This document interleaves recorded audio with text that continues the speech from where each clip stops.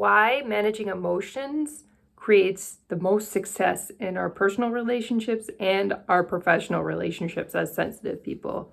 Hi, my name is Leah Chantel, and today people will talk about how they should be able to emotionally express themselves and have freedom to do so. And I agree, under the right circumstances, we all need freedom. We all need a chance to express ourselves, and having community is super important for that. So we have somewhere we can go that is safe, where we can share how we feel.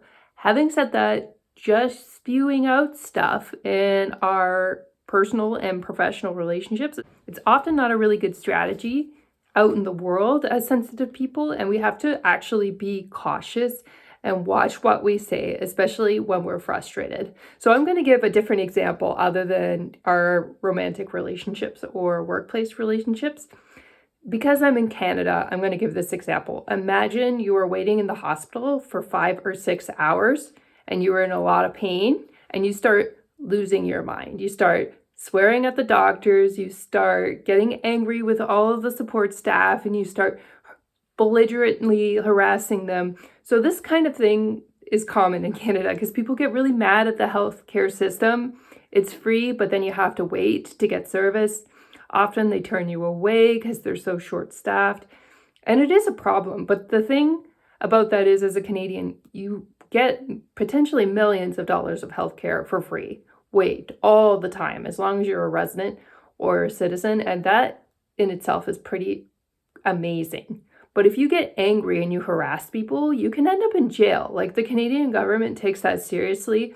If you're really mean to the 911 person, or you're really mean to a nurse or a doctor, even if they're treating you harshly, maybe they are trying to treat a wound and they're forcing you to bleed more, and they're really digging into your skin, like stitching you up because they're like angry, and they hate their job.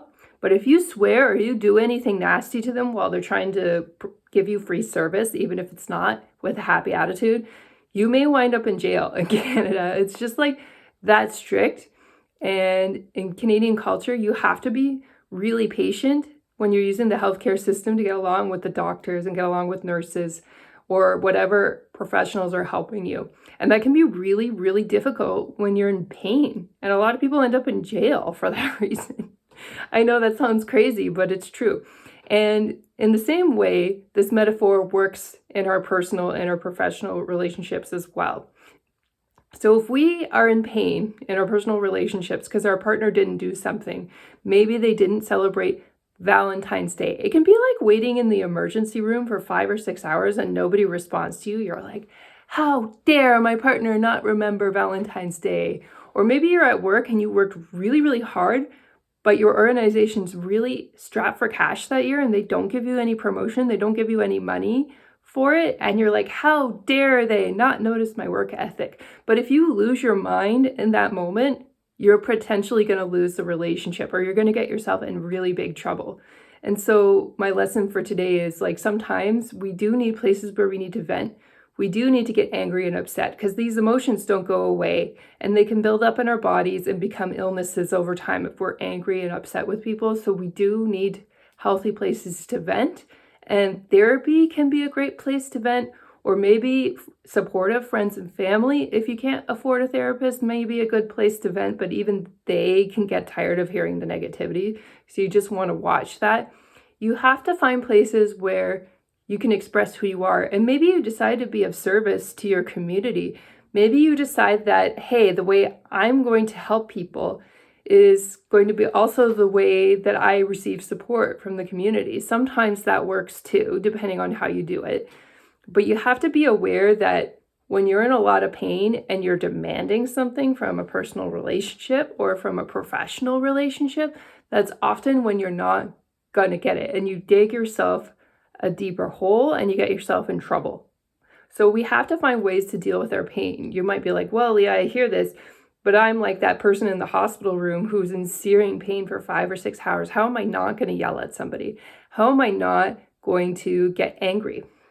Well, one thing that helps when you go to the hospital, in Canada anyway, is that you have an advocate. You have somebody there with you when you're in pain to help you manage while you're waiting for the doctor. And think about that when you're in your personal or professional relationships, even having one friend who's there for you when you're going through stuff, or you just share with each other. Like at work, maybe a really good coworker who's been there for you before can be that person who's a pillar of support when the organization's going through cuts.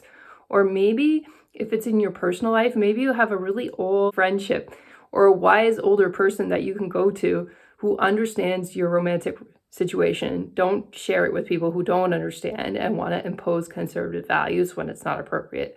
But I mean somebody who's a really trusted friend, who could be a really good support system for you. Those are the places you want to turn to in order to have support in really difficult moments of your life, because they are going to come up. There's going to be a time when your partner is not going to be there for you the way that you'd hoped. And that's why when you fall in love, the temptation is like to ignore all the other friends and family in favor of the relationship. It becomes so overwhelming, but you actually never want to lose those bonds. You never want to lose those ties, because there's going to be a point where your partner, who was your world, maybe in the early part of the relationship, will suddenly disappear, or maybe they just won't contact you as much. And in those moments, you don't necessarily want to go nuclear and blow up the relationship just because they paid a little less attention to you. It might still be a good relationship to have, but you just want to make sure that you have support in those moments that are a bit more difficult, so that you can enjoy the good moments with your partner later. And it's the same with being in the hospital. You have to find a way to sit through the pain and get through it, at least in Canada, that's the way it works, in order to get to the healthcare professional that's actually going to help you for free.